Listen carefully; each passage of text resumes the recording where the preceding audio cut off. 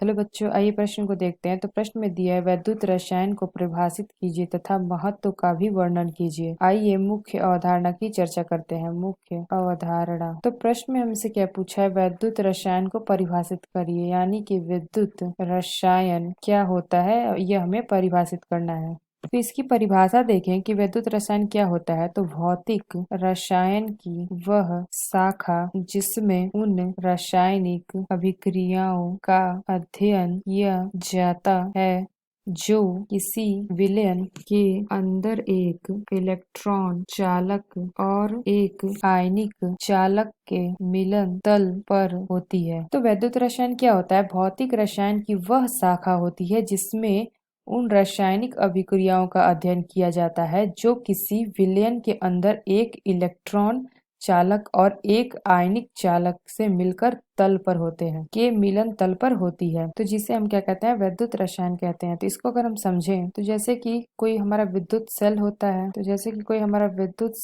और इसमें क्या होता है, दो इलेक्ट्रोड लगे होते हैं। ये हमारा पहला और ये हमारा दूसरा इलेक्ट्रोड। तो ये हमारा कुछ इस प्रकार से होता है।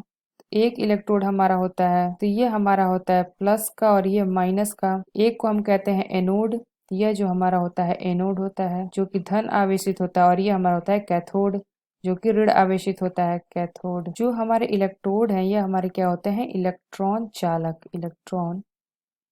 चालक। तो यह जो विद्युत अपघट्य होता है यहाँ पे, यह हमारा कहलाता है आयन चालक। तो ये हमारा होता है आयनिक चालक। तो यहाँ पे क्या हो रहा है? यहाँ पे हमारा आयनिक चालक हो रहा है और यहाँ पे हमारा जो इलेक्ट्रोड लगा हुआ है यहाँ पे इलेक्ट्रॉन चालक हो रहा है। तो यहाँ हो रहा है इस मिलन तल पे आके ये मिल रहे हैं। तो यहाँ पे मिल रहा है ये, तो यहाँ पे क्या हो रहा है? रासायनिक अभिक्रिया हो रही है। इस प्रकार की जो भी अभिक्रिया का हम अध्ययन करते हैं उसमें क्या होता है, वह कहलाती है विद्युत रसायन। तो जब यहाँ पे रासायनिक अभिक्रिया पूर्ण होती है तो यहाँ पे विद्युत धारा का भी प्रवाह होता है। तो और हमें प्रश्न में क्या दे रखा है कि इसके महत्व का भी वर्णन कीजिए। तो इसका महत्व हम लिखते हैं। महत्व पहला हमारा होगा धातु कर्म में जैसे एल्युमिनियम कॉपर के निष्कर्षण में। दूसरा हमारा हो जाएगा विद्युत रासायनिक सेल तथा बैटरी बनाने में। तीसरा हमारा हो जाता है धातु लेपन में। चौथा हमारा होगा जीव विज्ञान में जैसे अनेक एंजाइमों के उत्पादन